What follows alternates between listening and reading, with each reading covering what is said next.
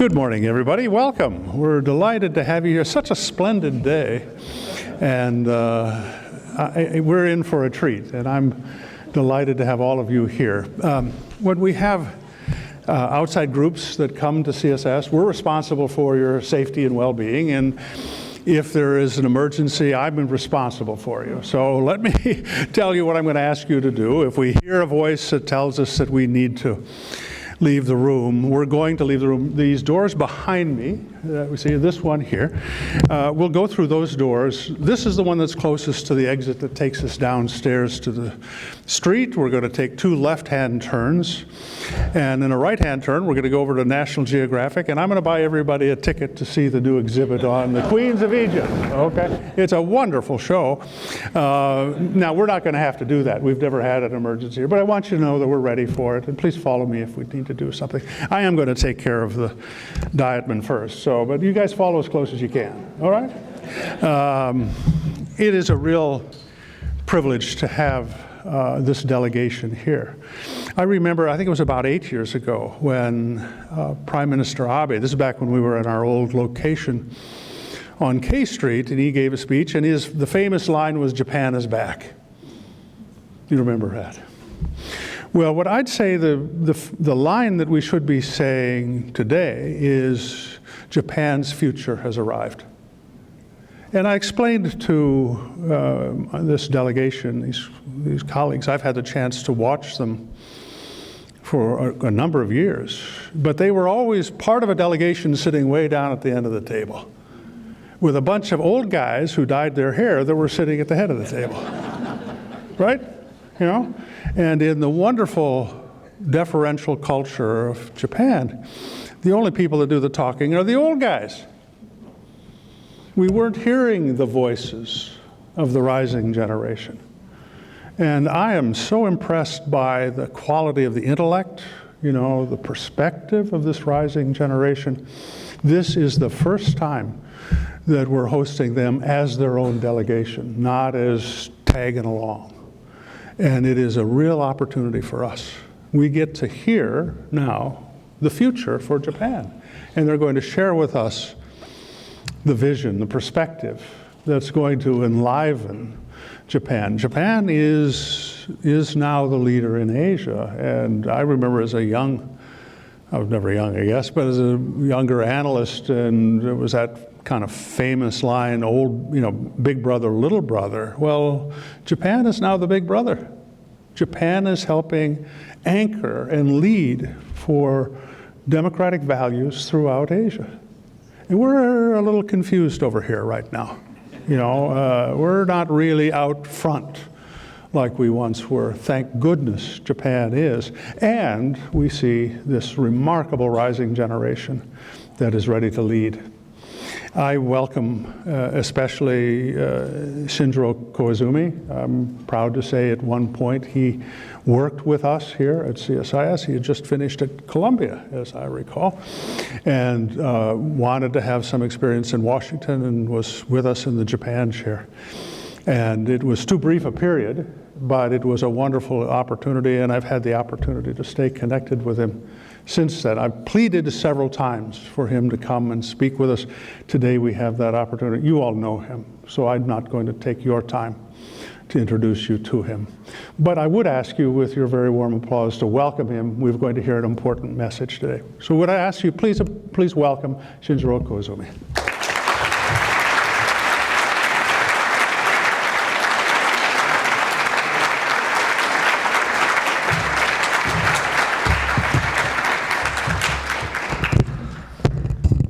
Good morning, everyone. Thank you, Dr. Hamri, for your kind introduction. I also like National Geography, but I think this event is better today.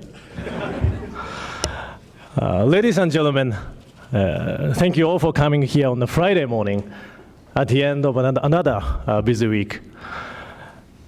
With the weekend just around the corner, I can imagine how tough it was for CSIS to attract such distinguished guests. And I am delighted to see all of you here today. Thank you very much. It is certainly a great pleasure for me to be back at CSIS for the first time since I left Washington, D.C. in 2007. This is where I began my professional career. Back then, as a rookie in this community of policy wonks, I was simply overwhelmed. But as I spent more time here, I started to appreciate the exciting and sometimes crazy political dynamic. CSIS was my home, away from home, and I was so glad to find it for my own survival. In the 12 years that I have been away, some things have changed, and some things have stayed the same. My old home, CSIS, has moved and is now housed in a new building with a dynamic stone and glass facade. But happily, even in this unfamiliar setting, I see many familiar faces which remind me of the family-like bond that I cherished so much. I'm grateful to CSIS for organizing today's event and for giving me this opportunity to reconnect with all of you. To those who made this event possible, allow me to say, I'm back.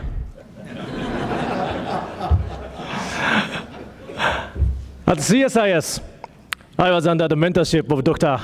Mike Green, who always inspired me to explore emerging aspects of Japan-US relations.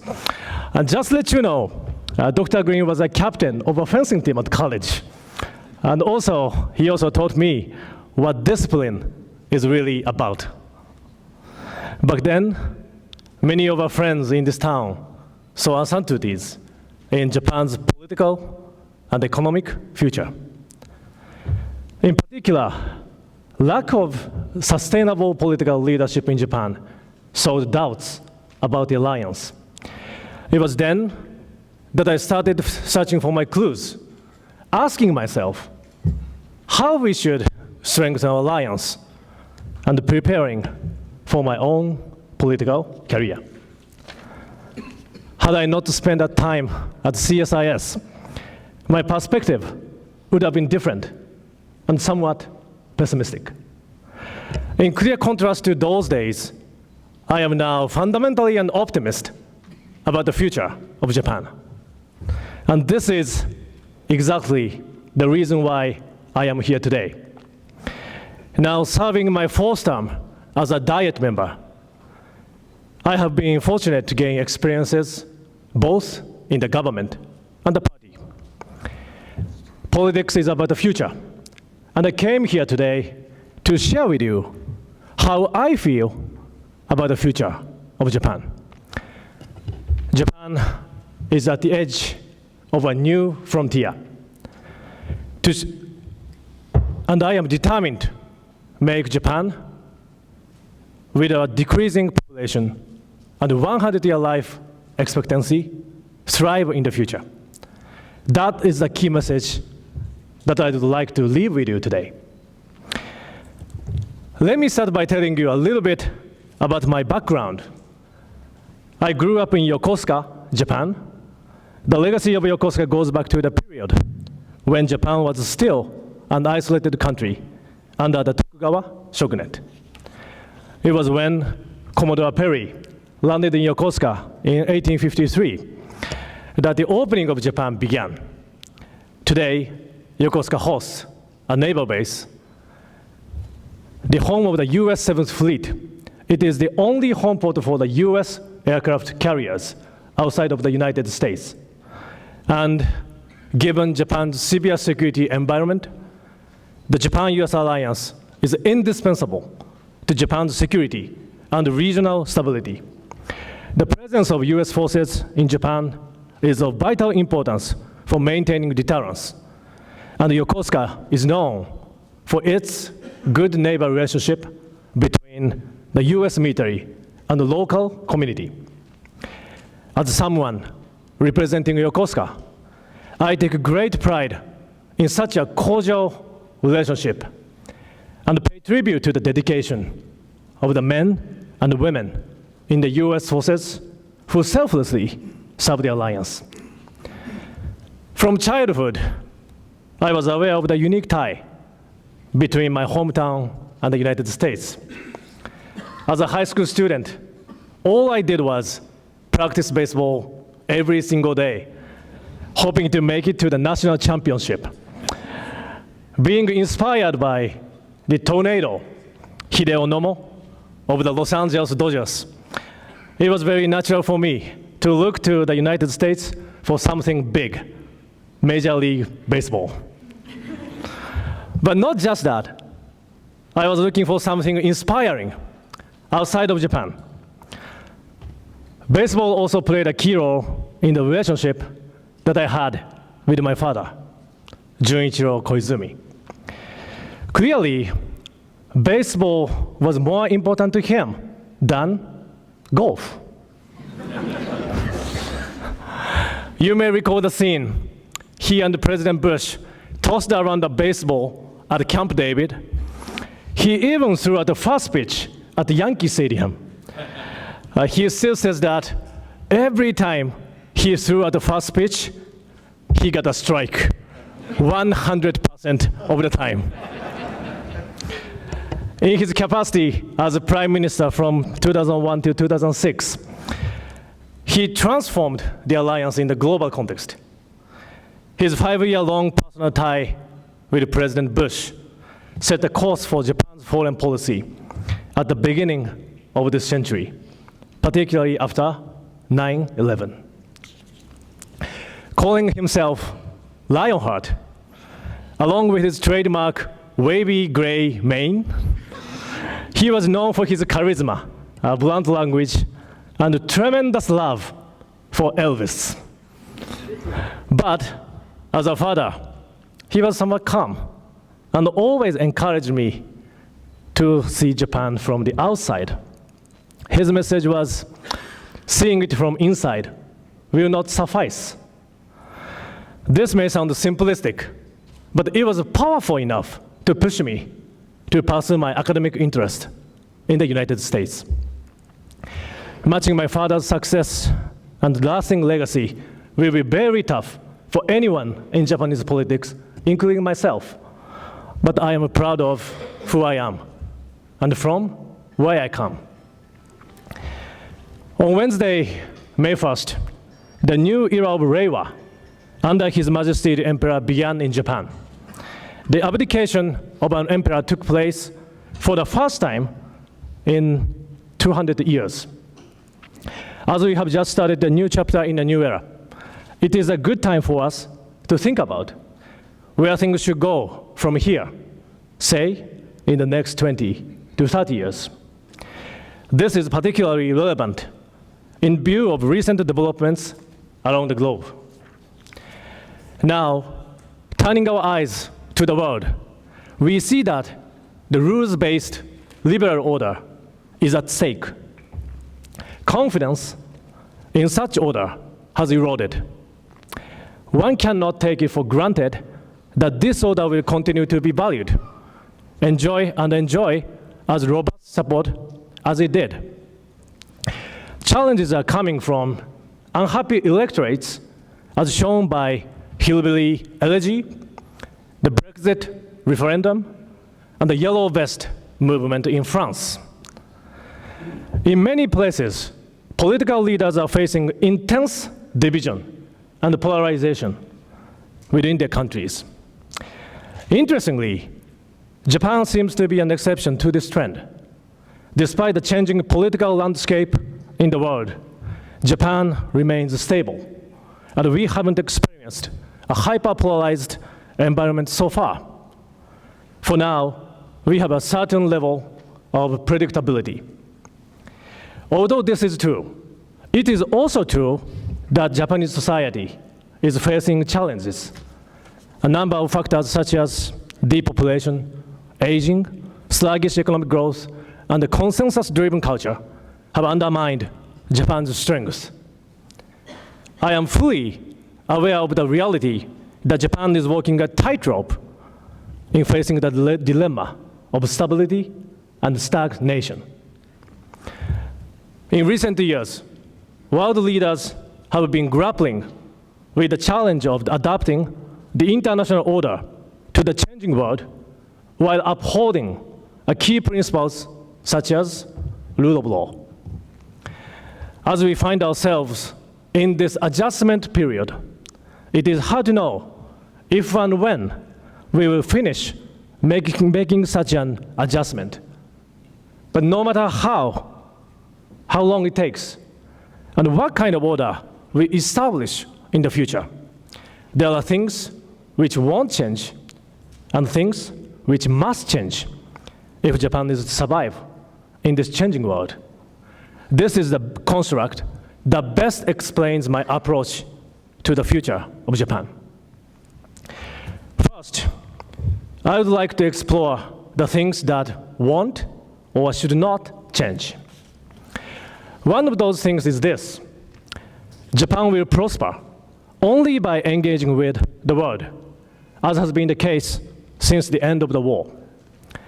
Japan has been the beneficiary of a free, open, and rules-based economic system. With a few natural resources, the only way for Japan to survive is to continuously engage with the world. In other words, free trade and the rules-based order will remain important for Japan and will become even more important under depopulation. This brings me to the other half of my construct, things which must change. Whether we like it or not, Japan must change itself. Japan should engage more with the world and play a more significant role on the international stage. This consists of three tasks. First, deepening cooperation with the United States. Second, working with other democracies. And third, identifying areas where Japan is well positioned to play a greater role and fulfilling such a role. I will touch upon the first two briefly and elaborate on the third in detail. First, as a cornerstone of Japan's foreign policy, the Japan-US alliance will remain a key element for Japan to define its role in the world. Shifting geopolitical dynamics now, more so than ever, put Japan and the United States in the same boat, both politically and economically. As two experienced liberal democracies, the strategic logic behind our alliance will carry greater weight and deserve more credibility in the future. There is no doubt that Japan has been a steadfast ally of the United States. The value of our alliance partly comes from Japan's location in the Asia Pacific, which will remain a center of growth in this century. As an Indo-Pacific nation, the United States has every reason for maintaining a rock-solid alliance with Japan. Second, if the United States continues to strategically engage in the Indo-Pacific region, and I certainly hope it does, the relative strength of the United States and the regional dynamics could change in the next 20 to 30 years. While China is expected to grow at a fast pace, at least in the short term, other emerging countries like India and Indonesia will have a greater presence in the Indo-Pacific.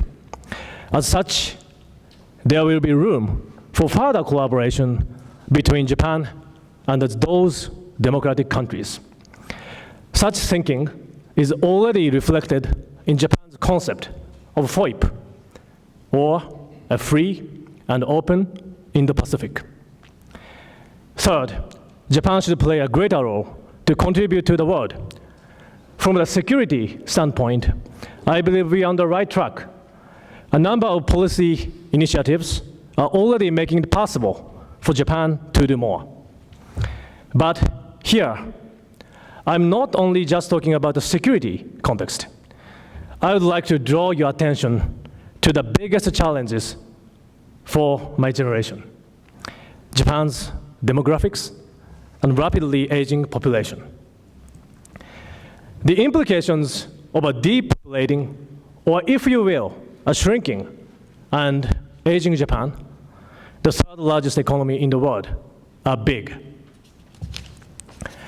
As many countries are, either facing similar challenges or soon will, the entire world, including the United States, is looking to Japan for lessons. And here, the key question for Japan is whether it is ready to reinvent itself. Compared to those countries with growing populations like the United States, this is not only an urgent question for Japan, but one that must be answered by Japan. In other words, this is where Japan should become a trailblazer for other democracies. Let me start with Japan's population. Where are we now in terms of demography?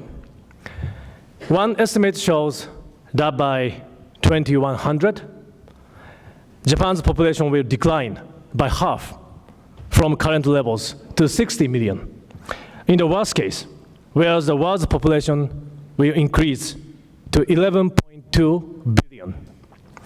Japan could be the fastest shrinking economic power in the world.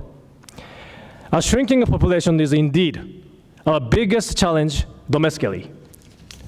As a result, most political leaders, both in Japan and the world, see the future of Japan through the lens of demography. Given the complexity of the challenge, such an approach could invite a negative mindset, and naturally so. Many economists tend to agree that depopulation brings about gloomy economic prospects. In the case of Japan, it is true that depopulation has brought about a new reality. Interestingly though, despite and most likely because of depopulation, the Japanese market has been expanding significantly in recent years. What I mean by this is, with the entry into force of the TPP-11 and the Japan-EU EPA, Japan now has a huge market within which to compete.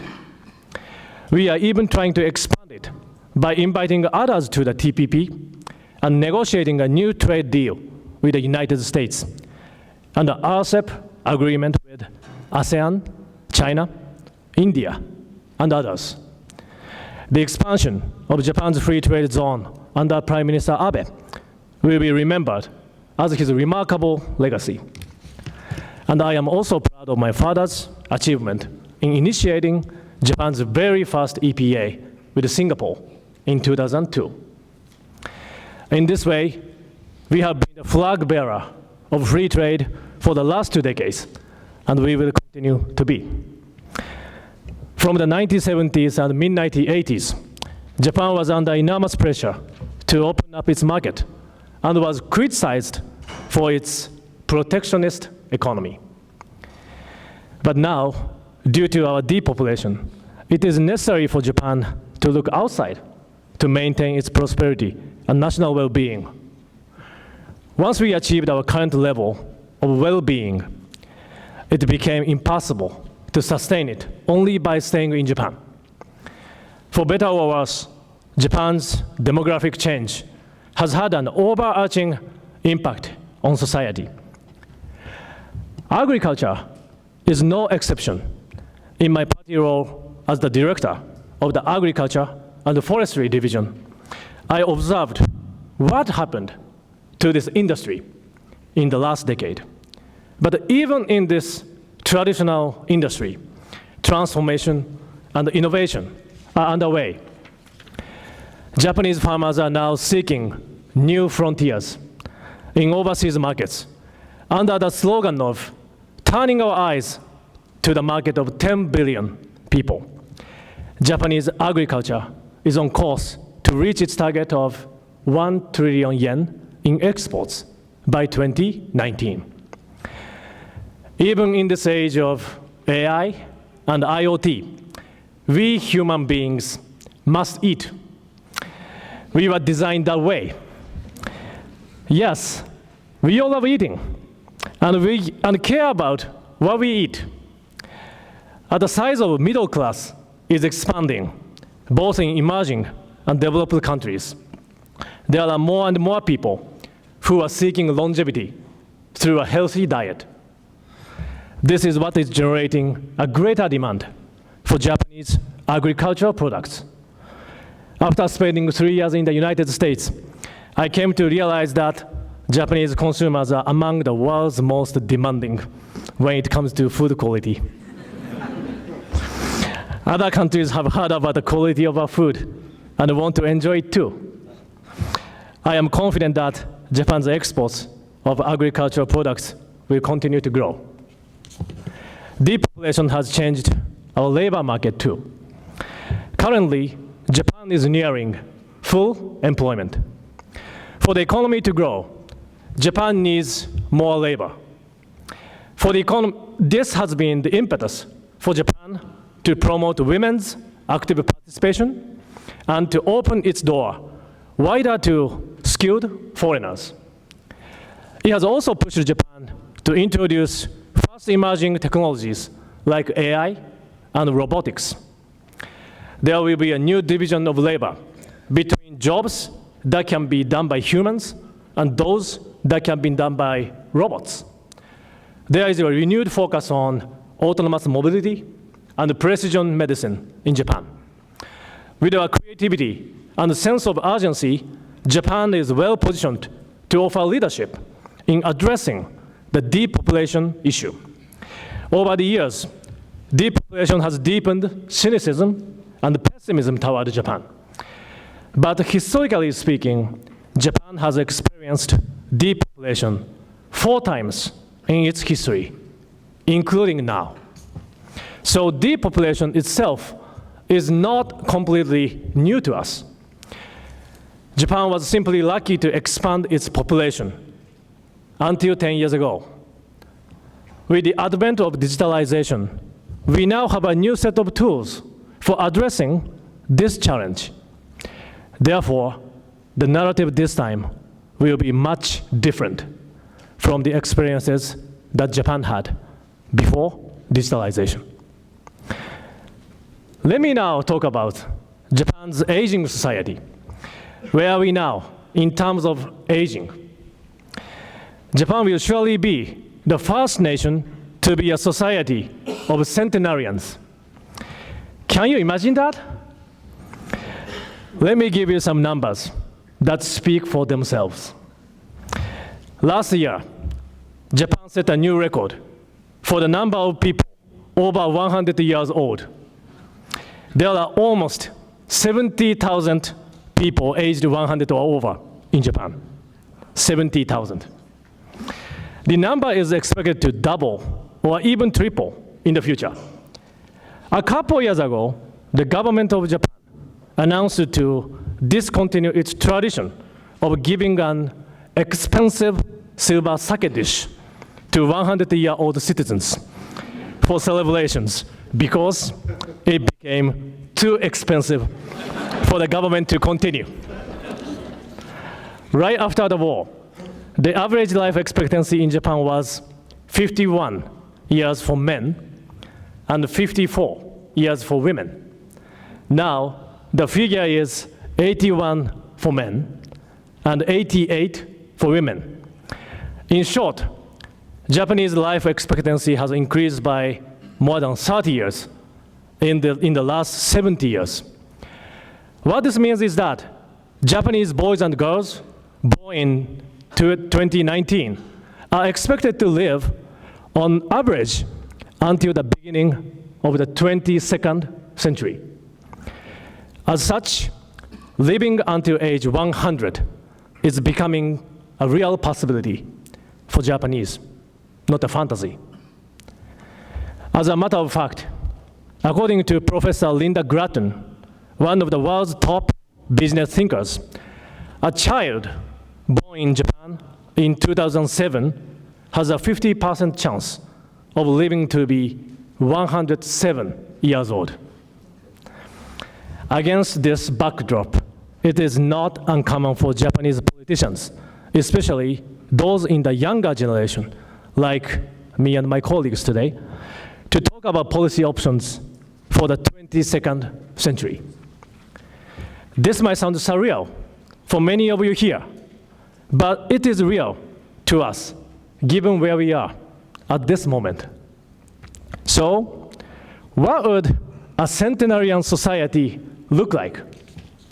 The common life cycle in Japan, with an 80-year life expectancy, has been 20 years of pre-employment, 40 years of employment, and 20 years of post-employment or retirement.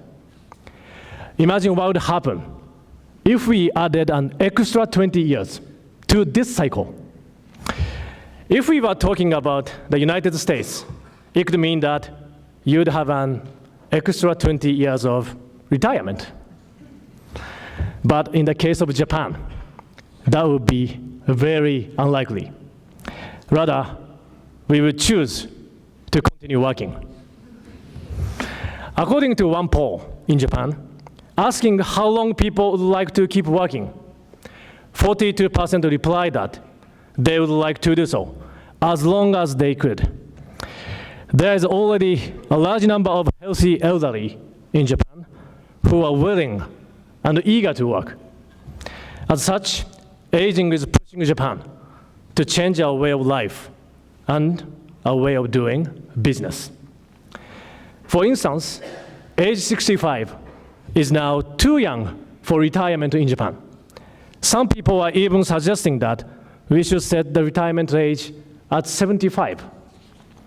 The bottom line is that if we are to maintain our post-war tradition of lifetime employment and other social systems, Japan will neither prosper nor survive.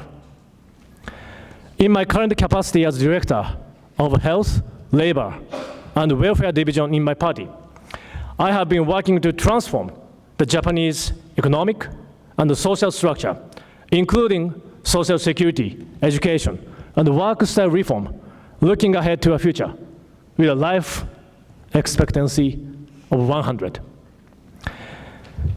As I said earlier, Japan will soon be the fastest shrinking economic power. Japan will be the first country of centenarians. Considering this reality, I often wonder whether we have a real chance to succeed as a shrinking nation with an average life expectancy of 100. And my answer to this is a resounding yes.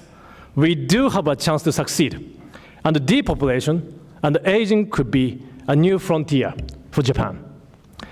The key phrase here is a new frontier. In his acceptance speech at the Democratic National Convention in 1960, John F. Kennedy, whom I greatly respect, explained his vision by using the term new frontier. After he took office, this term became the label for his administration's various initiatives, including space exploration. Among others, his space program and the moonshot speech gave so much inspiration to the American people. Just like President Kennedy, I'm also determined to do everything I can to inspire the Japanese people to undertake all reforms necessary for our survival. Being at the forefront of the fourth industrial revolution, a new wave of industrial change is now bringing cutting-edge technologies and advancing social change to Japan. As Japan stands on the edge of a new frontier, we have the benefit of using such emerging technologies. The fourth industrial revolution will offer unique tools as Japan tries to address depopulation and aging. On top of that, Japan has a vitality which will help us build a vibrant aging society. As such, I'm optimistic about Japan's chance to reinvent itself.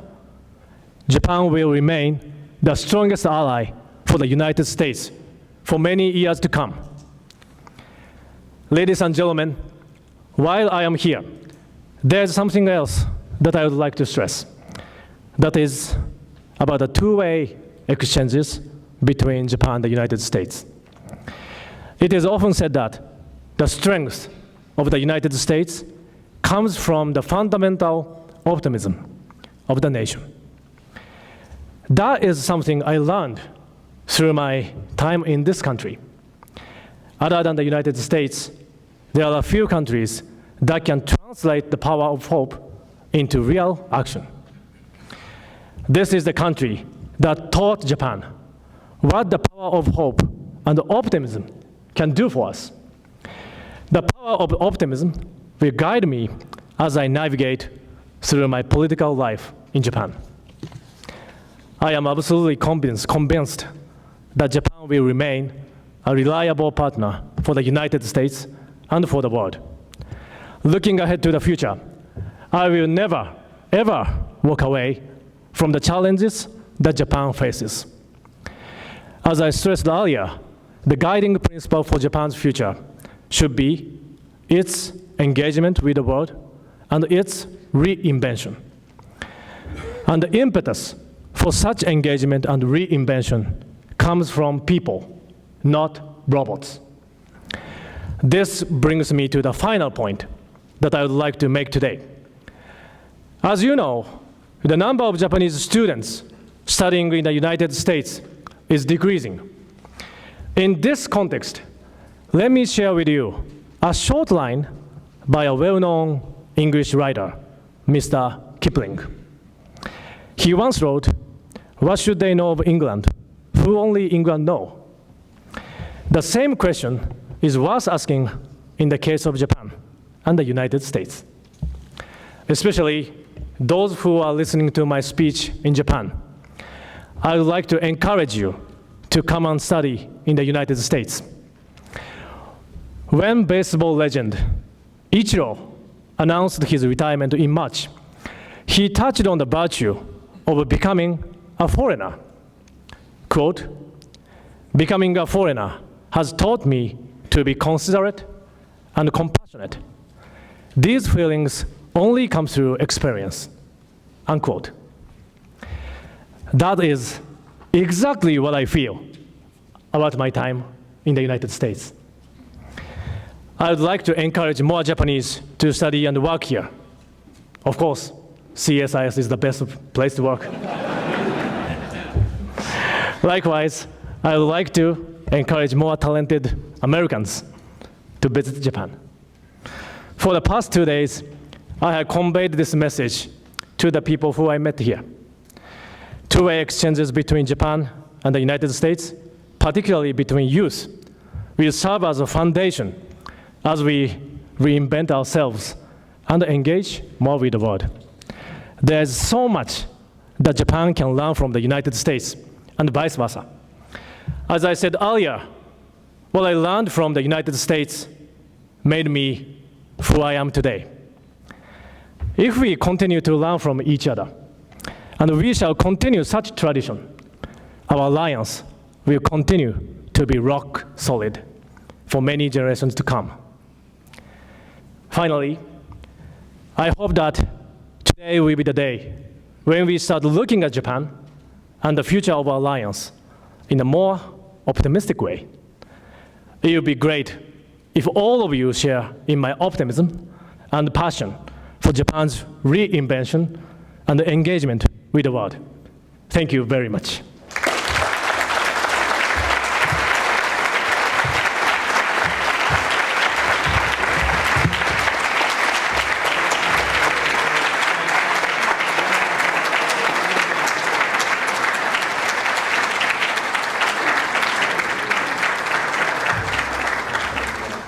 Good morning, everyone. I'm Michael Green from CSIS and also Georgetown University, and I want to thank Koizumi Sensei in particular for that clarion call for everyone watching in Japan who might think about studying in the United States, like all of our visitors today who are emerging as the next generation of leaders in Japanese politics based on educations both in Japan's premier educational institutions, Todai, Keio, and here at CSIS or Columbia or Harvard.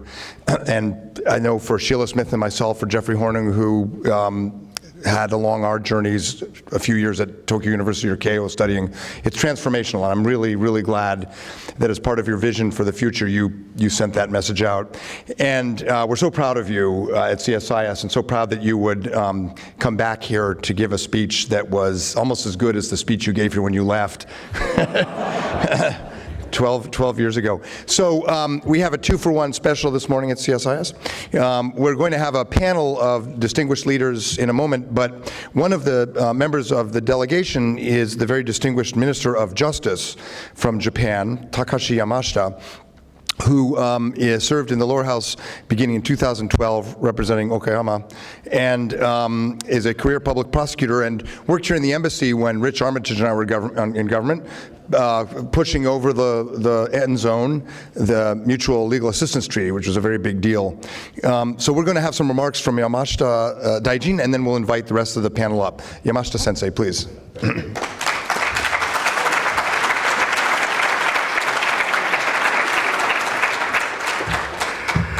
Thank you very much, Mike. Very kind introduction for me, and ladies and gentlemen. And it is a very hard thing for me to say something in English just after Mr. Koizumi-san's speech, but I'll try.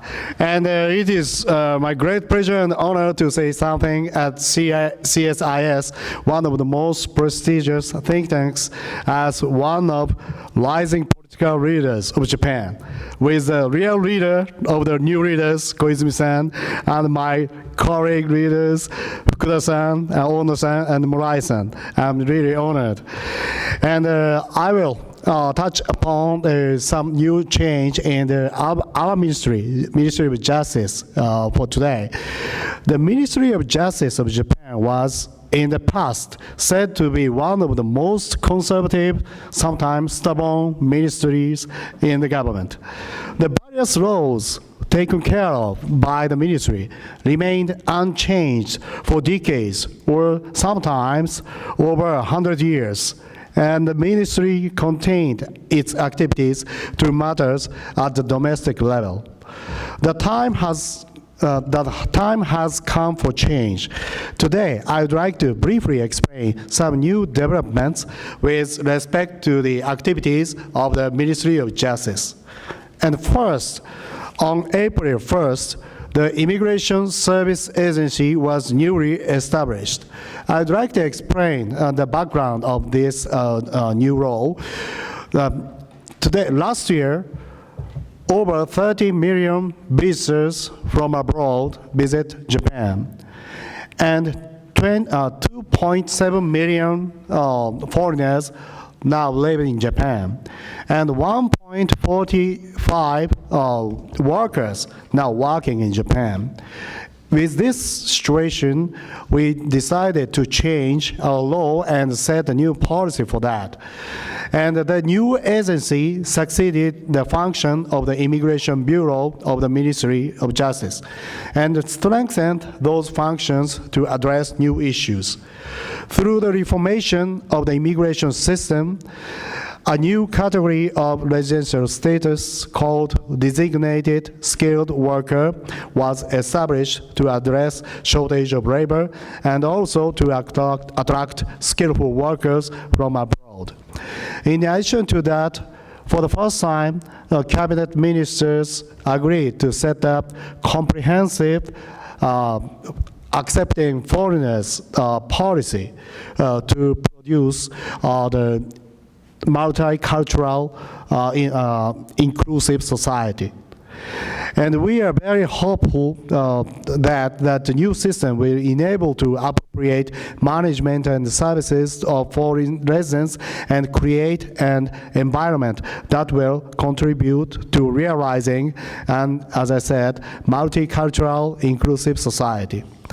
Second, after major revisions of the Civil Code and Code of Criminal Procedure, the Ministry of Justice is now working on drafting revision of the part of the corporate law for the direct consideration with a view to strengthening corporate governance of companies, partly in response to requests from foreign investors.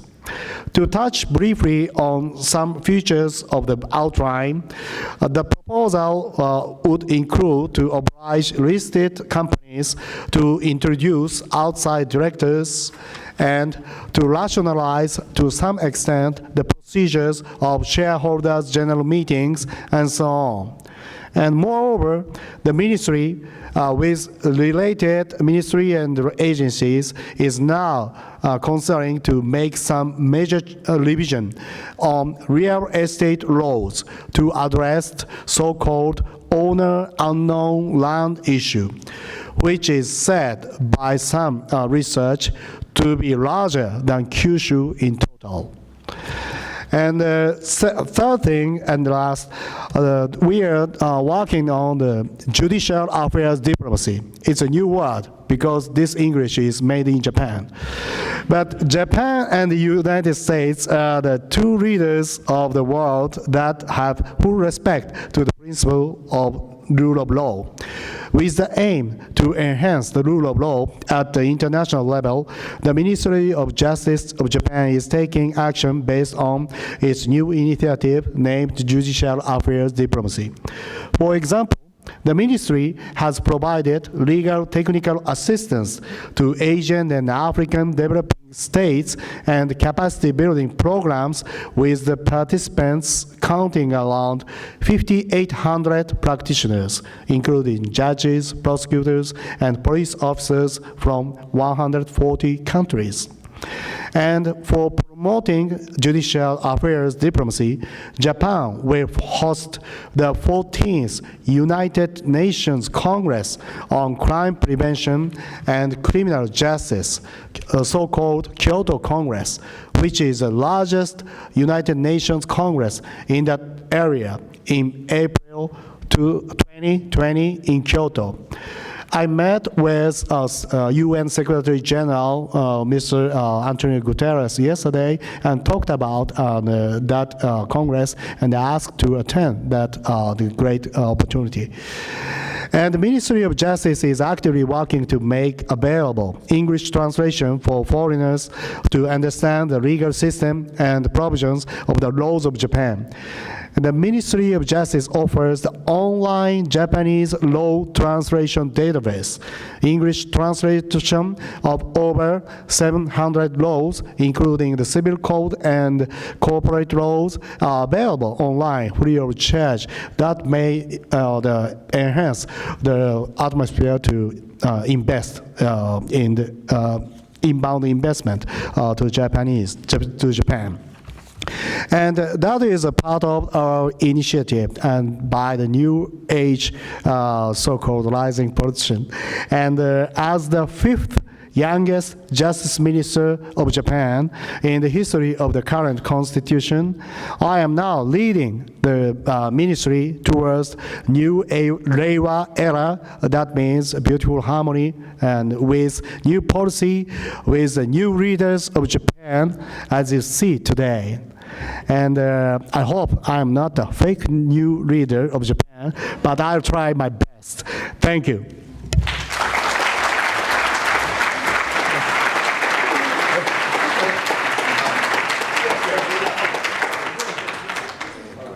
名前つけてありますか。僕は一番手前。ここ名前書いてありますか。はい。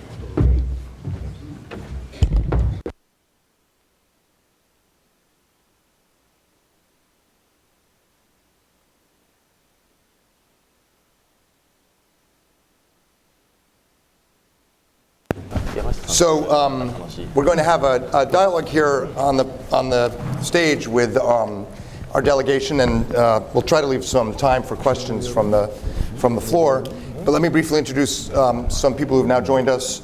In addition to Koizumi Sensei and Yamashita Sensei, Tatsuo Fukuda here is a member of the lower house since 2012. My kohai from CSIS. He's served previously as Parliamentary Vice Minister of Defense, and he's gone, as I said, to Todai and CSIS. His father and grandfather were quite famous prime ministers. You'll recognize the name. Next to him is Ono Sensei, who was the Parliamentary Vice Minister of Defense from Kagawa Prefecture, also first elected in 2012. His degrees are in mechanical engineering from the Tokyo Institute of Technology, and he has a PhD. So he is, I think, a good target for a question about defense technology, AI, 5G, Huawei. He gets the math questions. And Miura-sensei, Hideki Murai is also a member of the Diet since 2012, Minister of Finance originally, with expertise on trade taxes and other issues. He's a Harvard grad and went to Tokyo University as well. So I'm going to come back to Shinjiro's really wonderful speech in a moment. But let me pick up on some of the issues you raised with our new members of the discussion. Maybe starting with Murai-san, if I could, because one of the key challenges that will arise from the aging of Japan is maintaining fiscal viability over the long term. In October, the consumption tax increase will be sort of the last part of the current strategy to deal with maintaining a sound fiscal situation in an aging society. Is that it? What comes over the next 10 years? What can we expect? Okay, before entering the answer, I'm very nervous now. because, you know, Mr. Koizumi's father is Prime Minister, right? Mr. Fukuda's father is Prime Minister, and the grandfather is also Prime Minister. And his father is also famous minister. And he is minister. And, my father is a very good father.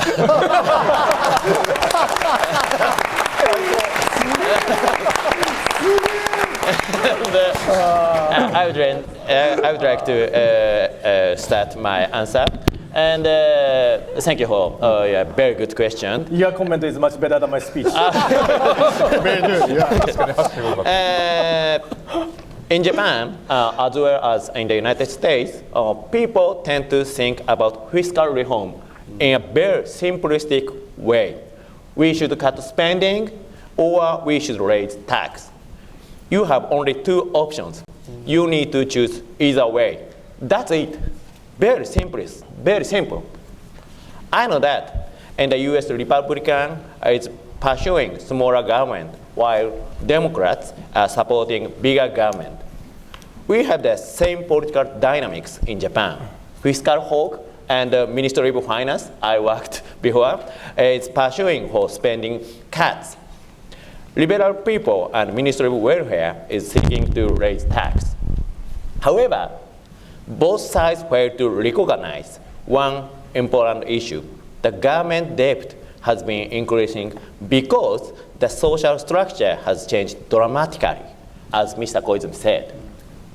Why do we pay a lot of pensions or medical costs for the elderly people? That's because the elderly people live much longer than before. And people retire earlier, even though they are getting much healthier than before. In other words, we need to create new social system to solve the fiscal problem of the aging society. The elderly people don't need money, probably. They need jobs or the place. They need jobs or the place where they can contribute to the society. We should not consider them as the receivers of social welfare. We need to encourage them to be the supporters of the society. That's why Mr. Koizumi's team is advocating for the new way of fiscal reform, the third way. The third way tries to mitigate the fiscal pressure of the aging society by increasing the supporter of social welfare. In the next 10 years, we, young LDP politicians, try to encourage people to be healthier, work longer, and live healthier, and live happier. Without our third way, we will see a miserable future. If you push smaller government too much, we will see the growing income inequality. If you push bigger government too much, we will see never-ending increasing tax rate. I believe the third way can solve the fiscal problem of the aging society. I think the United States government should also consider the third way to solve the government debt.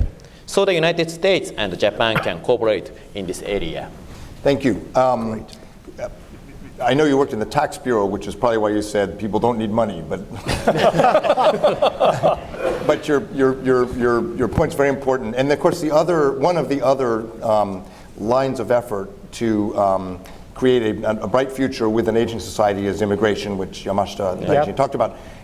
You had over 100 hours of difficult questions on this immigration reform bill, so I want to give you one more minute of difficult questions. All right. One of the criticisms was that the support structure, civil society, was not adequate for an increase in immigration. Do you think that's a fair criticism? Is Japan's, beyond the laws, is Japan's social welfare policy prepared to absorb more immigrants, which is a critical part of the strategy for an aging society, of course? Yeah, well, thank you very much for asking. And so, as I said, we set up the new law, but in addition to that, we set up at the cabinet level for the comprehensive strategy for the accept them and to create inclusive society. The policy set up the last December, just after we established a law. And that policy includes 126 individual policy. And for the first time, we set the policy not only by the Justice Minister, but also the related government agency. I think that we are ready to, increase our fundamental to accept more and more foreigners. So, when it comes to the word immigrant, we are very careful to use that, not to use that word, because immigrant is related to the permanent resident. And the new policy is not directly related to the permanent resident. But we would like to accept the more and more foreigners visit and study and work in Japan. So that's our policy. Thank you. I know you have to go to an official meeting, sorry so about that. Thanks very much sorry for about joining that. us. Thank you very much. Yeah. Thank you.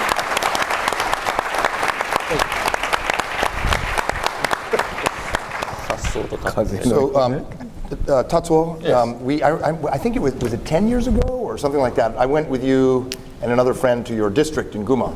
That's right, yeah. And we went to a great onsen and had great food. Right. And had great drink. And so the only thing I remember other than that is that it's quite rural and a lot of agriculture. And you were more negative about TPP than some other people on the stage, I thought. Maybe. Well, maybe not. Let me rephrase the question. Yeah, sure. Looking at the sensitivity of trade and agriculture, especially in Guma, we now have a U.S.-Japan negotiation on something. It's a trade agreement in goods or a trade agreement in goods and services, but whatever it is, there's a clear expectation that the core of it will be some opening of agriculture along the lines of TPP, but some other things. Where do you see the U.S.-Japan trade talks going? Okay. What's the view in your district? Do you think if we have a trade agreement, it will be difficult to pass in the Diet for Prime Minister Abe? Okay, thanks for asking. Before then, I'm hesitating to use English or Japanese because I'm looking around and most of all people can speak or understand Japanese, so but I told in English. And You can use French. Or Chinese? Maybe? Anyway, I'm from Gunma. Which is not so rural, but not so city constituency. And actually, from my constituency, not farmer or maybe agricultural sector is not so big. And before that, I was working for a trading house, Mitsubishi Corporation, and my mind is actually affected by that way of thinking. So, as Mr. Koizumi clearly mentioned that we Japan lived in the world, not is isolated from the world. Without the market from the world, we cannot survive, or we cannot make a living on it. So, first of all, even when I firstly ran for election, in front of the farmers group, I said I have to support the international trade because our living is on it. So that what we have to search for is how to make a living in the world trade for those farmers family, because I feel that in Japan they sell their products too cheap. But as Mr. Koizumi mentioned in his speech, our product is very high quality, good taste, and maybe the best in the world because Japanese consumer has a very good tongue. Not for eat, but for taste. Not for eat. I have a very interesting story, but I forget about it. With Senator Baker or something. But forget about it. So we'd like to promote those food to the world. Of course, we can sell it to the middle consumer people in the world because they are growing, especially in India or in Asian countries. But we'd like to sell it in higher consumer because we are selling the products like cars, house appliances, and we have made very good goods, but we sold it very cheap, relatively. So our product is very high quality, and we can use it for a long time, like 2 decades, but still selling very cheap. And that's the reason why we beat your industry here in America. But I suppose that we should be valued more. And we haven't exported our food products enough yet to the world. So now we are trying to create high graded market in the world. So that and actually, especially in the Asian nations, actually the rich people are much richer than we are. And they are trying to have a very good life. And our products can contribute their life, a high quality life. So that we first of all try to sell it to those people, those rich people in Asia. Then, because those countries are increasing their economic power, so much more people in those regions can get into that market, so that we happily sell our products to those people. So that even if we have a very global market and we can sell it to our products in high price, so that we can live it. We can make the living of the farmers in Japan. I think they can get a pride because they are selling a very good product to the world, and they can say, okay, this is Japan. Japan is a country of high quality. Of course, it costs a lot, but you can make your life more valuable. That's the kind of pride. Actually, he was the director of the agriculture policy 2 years ago, and I was a deputy. And that's the policy we are trying to impose into Japanese society. And the other side, but we had a very big debate on the TPP. And we think that we got a very good deal with those countries, including who participated to the TPP debate. So we think that we can give the American farmers the same level as a TPP, but it is not so easy for us to convince the farmers in Japan to give you a better condition than the TPP.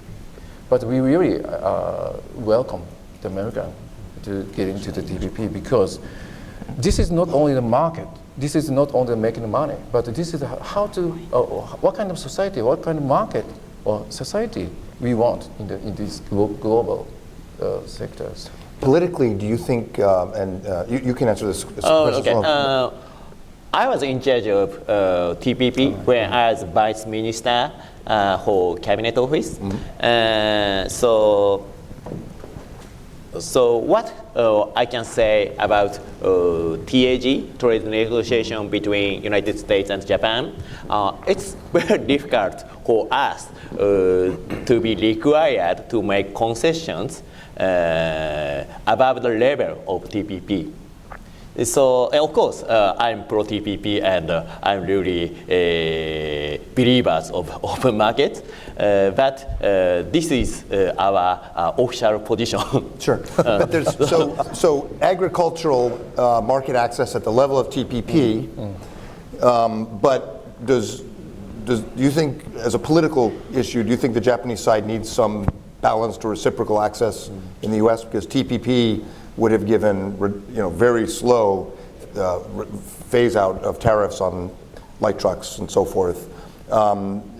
It seems like your constituents would accept TPP levels of market access. Do they expect some reciprocal access in the U.S. In other areas? Because that's the sticking point right now. It doesn't seem the Trump administration is willing to give something to help get this through the diet. And it might be interesting for the audience to hear what you're hearing in your districts. Because actually maybe farmers don't care about whether there are light truck tariffs in the U.S. or not. So is that a more of a political issue in the diet? どうだろうね。 Well, it sounds strange because you introduced me as engineering and answering agriculture stuff, so it sounds strange. But I'm from Kaga Prefecture, as I introduced, and quite rural area. As the main industries include the agriculture sector, and the biggest movement on my society is we don't want to negotiate again the trade. Because the best one is they ask the United States to be back to a TPP framework is the best one, best solution, because there's no need to renegotiate. But second is that, as he and Fukuda-san mentioned, that the leveling as a THE negotiation to a TPP level. But I don't think there is a small space to just adjust as a product basis, because what we need is to think a more broad view. Because when we see the international society, every country have a conflict about the a trade deficit or trade imbalance. So there's a big issue for international society to deal with, trade balance, or I should say like a current account imbalance. So that makes the international society very vulnerable, or maybe not so good in condition. So you mean if we focus too much on bilateral trade deficits, right, as a political issue, which of course is what the president is doing now. Yeah. For me, from my point of view, we need to think about the WTO reform kind of issues to adjust the trade imbalance or something like that. Because if you, of course, it is very important to discuss about the bilateral trade issue. But more than that, we need to discuss about the tool to adjust and correct the international trade imbalances. We need a new system, and I think that there is another reason to touch upon the international correcting system, because we have expect the China, because they're enjoying the economic growth, but it's a quite new and quite different type of model from us, like a democratic country. So there must be a conflict a big confrontation in the near future, I think, which lead to a technological discussion. But anyway, so from my point of view, the reason why there's going to be a so big confrontation is because they're just surviving and enjoying the new economic growth model. We are suffering from, because we are suffering from, for example, income gap in countries, and like a political movement there, like Mr. Koizumi mentioned, yellow movement, a yellow-based movement, or something like that. So we need to think. The international society has to invent a new type of international order, international system, international way to balance and stabilize the international order. That is one key aspect of things that we discuss about TPP or TAG. Yeah, that's a very tall agenda. Japan has a leadership position this year in the G20 to make some progress on it, and a key role in G7, and a commitment to WTO, which is badly in need of reform. It is kind of mottainai. It is sort of a waste that we're spending all our time on sectoral issues that are decades old, particularly when on agriculture we could get an agreement pretty easily, I would think, and which U.S. cattlemen and farmers need, because they have a lot of challenges now. Let me ask you, Ono Sensei, about technology. One of the hot topics in Washington is 5G, Huawei, decoupling. The U.S. and Japanese governments, the Diet and the Congress, are pretty closely aligned on these issues. Maybe Australia as well, Britain a little bit further out, India's torn. Do you think we're heading towards a future where there will be two competing 5G systems, two competing telecommunications infrastructure blocks? Where is this technology competition you mentioned going? Well, I think that first of all, I don't, like the Koizumi-san mentioned in the opening remarks, that we have to think about what kind of society is the best for us, what kind of society we need, and what kind of, if suppose it is like the Chinese societies, and it is not the society we like to live in, that, because there's no democracy and not a free of speech or something like that. There's no, we don't want to live in that kind of system. Of course, China is a very important country for us, and individual Chinese are very good for us, and many Chinese people are visiting us, many. But we have to think what type of society is the best for us. It's a very, very important aspect. Of course, even in security circle people, defense circles people, of course, we always say that democracy and the rule of law is an important issue. But it's like just a natural, and sometimes we forget about that kind of things. But it is a quite important, especially in this stage, in the changing the situation, international order is deteriorating. So first of all, I would like to stress out that the society we want to is like there's a transparency, open to everyone. If you want to compete to another companies, then you can set up a company. So we don't want the two type of system, and 5G or something like that, dominate everything. So the base concept is transparency and openness, and flat, fair trade, fair, fair negotiating, maybe, is the best one. That's interesting. So it's not just about technology, and it's not even just about national security. It's about when George Kennan wrote NSC 68, he defined the objective of U.S. strategy as protecting our way of life. And that's what you're talking about. Last but not least, Shinjiro. I remember when your father met President Bush for the first time, he told President Bush that his nickname, in the Japanese diet, he was called Henjin, which means weird or unusual or different. And then President Bush said, no, it means extraordinary. Good one. And your remarks were extraordinary. They were really wonderful.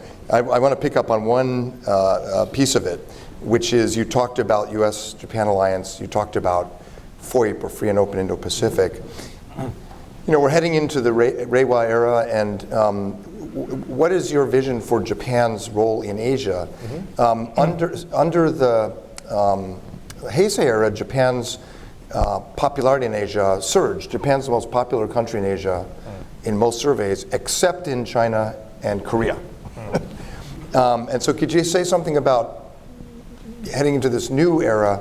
What's the vision you would have, or your younger generation leaders would have, for Japan's relationship with India, which you worked on here at CSIS, and Australia, both of which are very, very good, but also, you know, Korea, which, you know, that's another country facing an even more desperate aging society, even lower birth rate, also a democracy, very, very, also a U.S. ally, very common problems, and then of course China, which has less in terms of common values, but some common problems with aging and so forth. So what should the Reiwa vision be for Japan and Asia? Yeah, in this new era of Reiwa,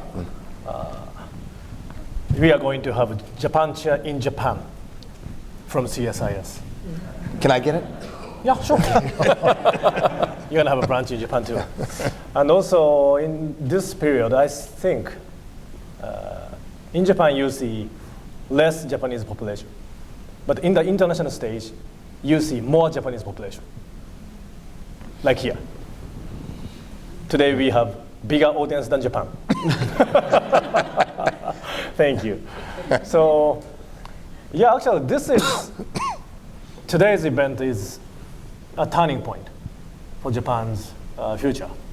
Now we are sitting in front and speaking not Japanese, not English. We are speaking Japanglish, broken Japanglish, no interpreter, and you know, this is something we are going to do in this period, in this future, as a Japanese politician, and also many Japanese businessmen here, and students studying in the United States here too. So we can see more Japanese in this period, in anywhere, I hope. And also in the relationship with China and South Korea, I think the most important thing for us, I mean, not only for Japanese, but for everybody in Asia, is to understanding the differences. That's very important. Before finding the difference and debating about the differences, respecting the differences, I think that's the most important thing. It's easy for us to see the difference in a negative way. But in this period of Reiwa, why don't we look at the positive way in the differences? That's diversity, right? Even in Japan, diversity, this keyword is coming up in politics, in society, everywhere. And also, when you see everybody here in this stage, we are so different. The most different one is Murai. People say he's extraordinary. And actually, he got the biggest hand, the biggest hand from you than my speech. So, as I repeated in my speech the word of optimism, I'm optimistic about Asian future between Japan and the Asian countries. And you are worried about Japan, South Korea. relationship. Of course, it's difficult. It's not easy. But do you know a really good movie made by South Korea? It's called Chingu. Chingu means friend, best friend or real friend. I love that movie. So when we find the difficulty between Japan and South Korea, let's watch the movie together. I like that movie. Yeah. So finding the differences and good differences. Drinking soju and eating curry rice from Yokosuka. Yeah, that's good. So I think we have a few minutes for one or two questions. I'd particularly encourage students, of whom there are quite a few in the audience. Do we have microphones, Benji? Right over there, maybe a student, but.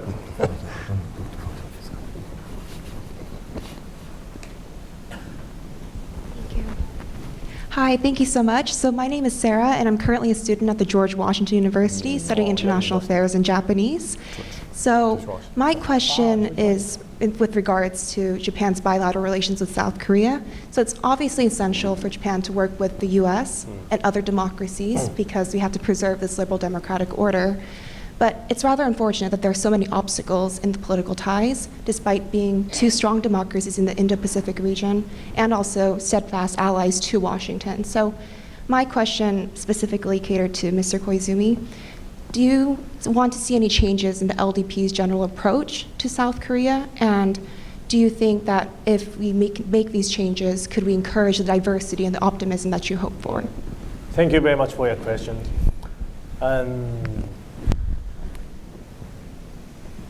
As a politician, one of the difficulties that we have with your country, South Korea, in terms of strengthening the ties between South Korean politicians and to us, is that there are not so many South Korean politicians who last long. That's Yeah, to be honest. that's true. Yes. For example, before my father retired and his father and Ono-san retired, anyway, Murai-san father is fine. And good. Very healthy. And they experienced more than 10 terms or longer term in Japan, more than 30 years in Japanese politics. But if you see South Korean politics, there's almost no one lasting more than 30 years. So keep connecting, keep communicating. It's very difficult. But we don't give up. And we hope we can see the positive way of looking at the future, not just look at the past. So I'm optimistic, and this exchange between you and me is, I think, the beginning of the future. All right, good. Thank you. I saw a question, yes, right over here on the wing.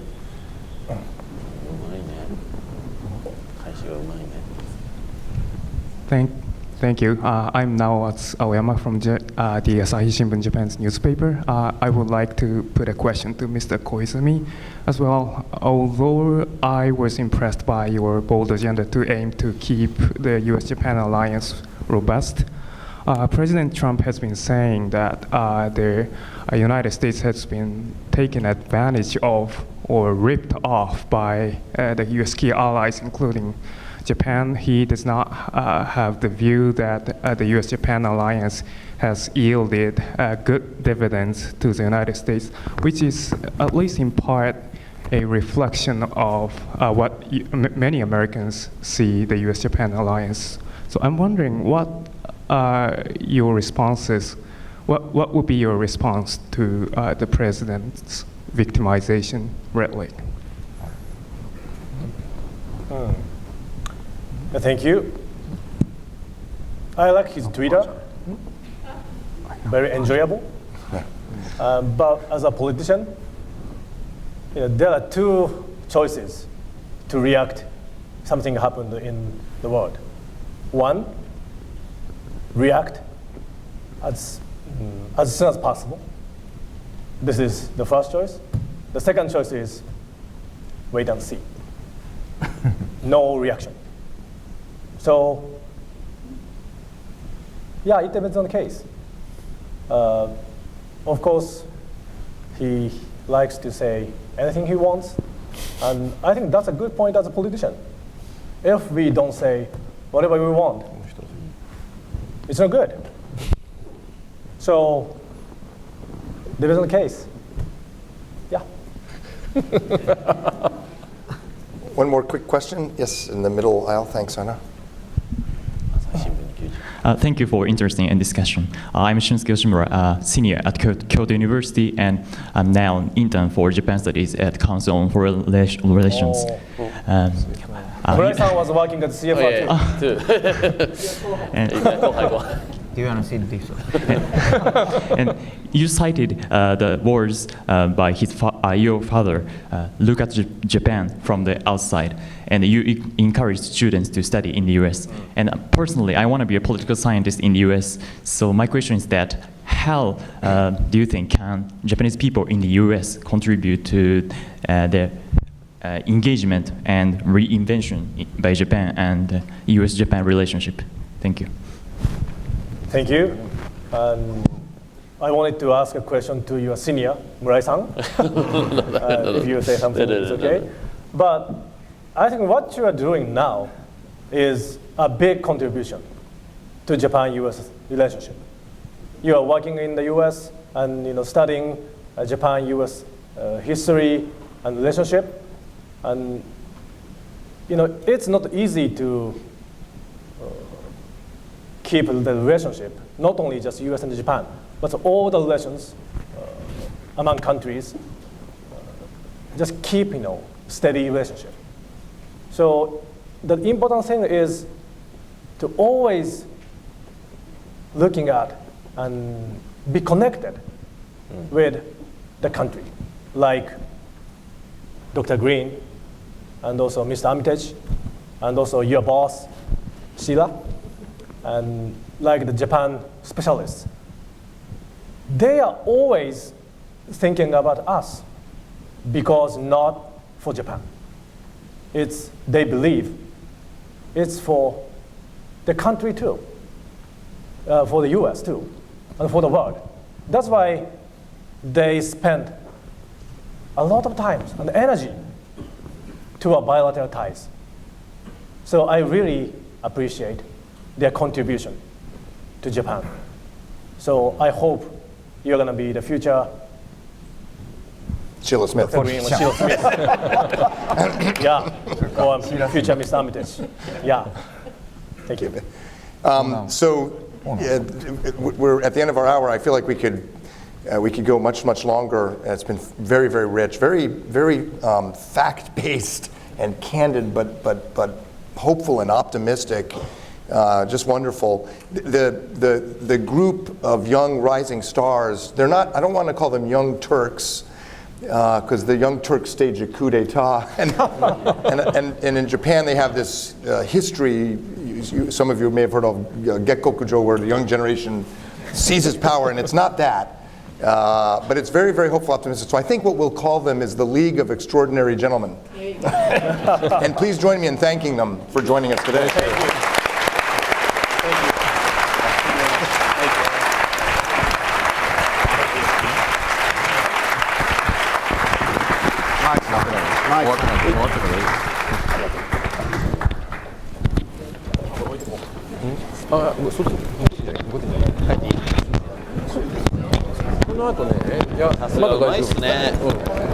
大丈夫だと思うよ。大丈夫と思いますよ。次はね、ランチを食べた後。初めて。大丈夫です。大丈夫です。はい。ありがとうございます。私、答えてほしかった。